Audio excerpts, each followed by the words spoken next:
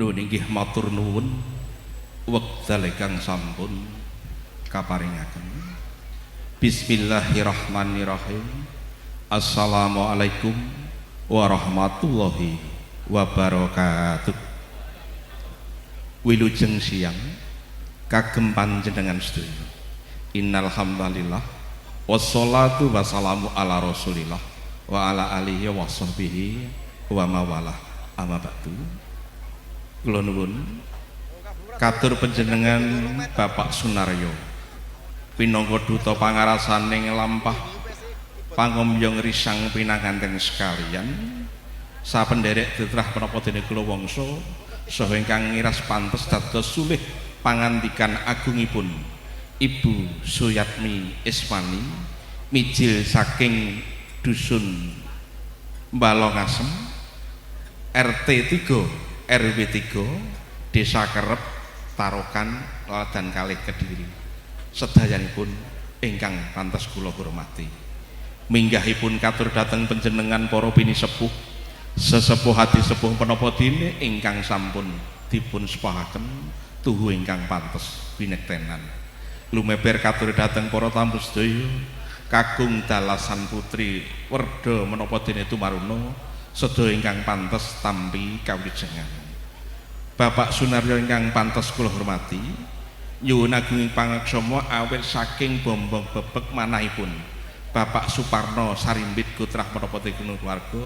nampi rawuhipun besan sutresna hangan diri sang pinanganten Sarimbit dipun dherekaken para warga Wandawa kaduta pangarsani panjenengan piyambakipun boten kuwawi nampi pangandikan pasrah panjenengan. Pramila purba wasesa kula ingkang kepareng nampi atur pangandikan panjenengan.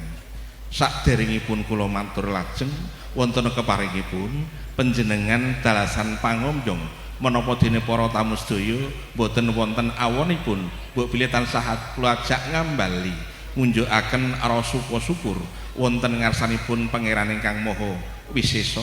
menika saking peparingipun ingkang arupi nikmat hidayah menapa dene inayahipun katiti wonten ing mirunggan enjang siang menika panjenengan sedaya kaliyan kula saged pinanggihan wonten papan wiwahan prasajan menika kanthi wilujeng boten wonten alangan sawiji menapa. Atur kelajenganipun katur maligi Bapak Sunaryo pinangka duta pangarsaning lampah pangombyong risang pinanganten sekalian. Bapak Suparno sekalian Ibu Sri Mulyanti dalasan keluarga lumantar kula mboten katalumpen hangambali ngaturaken pambagyawarja wilujeng rawuh panjenengan sah penderek dalasan panuwun ingkang tanpa pepindhan bilih rawuh panjenengan sampun kepareng niti wanci ingkang kasuwun dening Bapak Suparno Sarimbit. Saksampun mangke katur atur kula paripurna kepareng pinaronggah wonten papan ingkang sampun sumadya.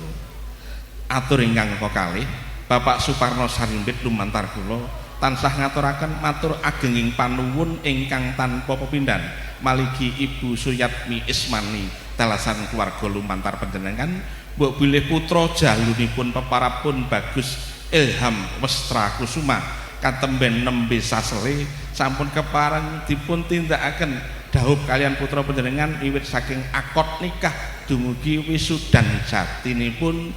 risang pinanganten sekalian wonten ing dinten Sabtu Surya kaping 6 Juni pangapunten dinten Sabtu Surya kaping 3 Mei warsa 2026 mapan wonten Kediri purwa madya ngantos wusana lumadining tata cara kasebat ing ngajeng tansah manggih kazuwanan wilujeng niskala boten wonten alangan satunggal menapa. Dinten menika detik menika jam menika kepareng dipun pasrahaken kula tampi kanthi suka bingkaing awaradaya awit saking risang pinanganten sampun kepareng cumondhok sedalu kala wondene sowanipun risang pinanganten sekalian dalasan pangombyong sinaratan bebono abon-abon utawi angsal-angsal katampi kanthi suka bingkaing waradaya mugi taliyasihipun abon-abonipun Ibu Suyatmi pikantuk leliru dening Allah Subhanahu wa taala dados amal saenipun Ibu Suyatmi. Dene dawuh pangandikan kelajenganipun Mbok bilih risang pinanganten rika semanten anggenipun menika sudah sampun cekap paripurna sak menika sampun katur wonten ing iki ingkang menika katampi kanthi suka bingeng manah. Mugi-mugi kados atur kula wonten ing Kediri bilih mangke dipun suwun nglarapaken dhateng Ngampu Kismayasa ngemplak latan kalih Boyolali badhe dipun suwunaken donga pangestu dumateng sesepuh pinisepuh saha para tamu sedaya sinarengan kaseksenan mengatakan Bapak Sunaryo ingkang satu pantas hormati dene dawuh kelajenganipun mbok bilih panjenengan sa penderek dipun rewangi kalau wau penderek ingkang sampun panjenengan ngendikaaken matur ageng manuwun mugi-mugi dadosaken regenging menika katampi kanthi suka bingeng manah denjem anggenipun pinaranggah wonten griyanipun Bapak Suparno dene pahargyan sampun kepareng dongkap cekap dalasan paripurna Bapak Sunaryo sa penderek kepareng daya-daya nyuwun ide parilah lengser saking wiwahan nika estunipun saking keparengipun Bapak Suparno sekalian tebih saking ngraos panundung panjenengan kasuwun nggih menika pinarak lenggah ngantos wiwah menika cekap ngantos paripurna ing ewa mekaten badhe ngersakaken kuntul saking keluarga namung nderekaken wilujeng kuntur suwang-suwang mugi sak margi-margi tumuntun dhateng dalem panjenengan piyambak manggih rahayu wilujeng boten wonten alangan sawiji menapa Bapak Sunaryo ingkang satu kantos kula hormati mbok bilih mekaten atur waloyan kula pinangka sulihipun Bapak Suparno sekalian anggenipun nampi rawuh panjenengan sa penderek menapa dene sapagombyong Bapak Suparno kirang ing samukawisipun kirang ing samudayanipun purwa madya ngantos arambung ing mangke lumantar kula kathah kuciwanipun nyuwun pangapunten semanten nggih kula ingkang dados talang basanipun anggen kula nampi pasrahan panjenengan mbok bilih kirang jangkep kirang genep boten saged damel suka rena penggalih Bapak Sunaryo sapenderek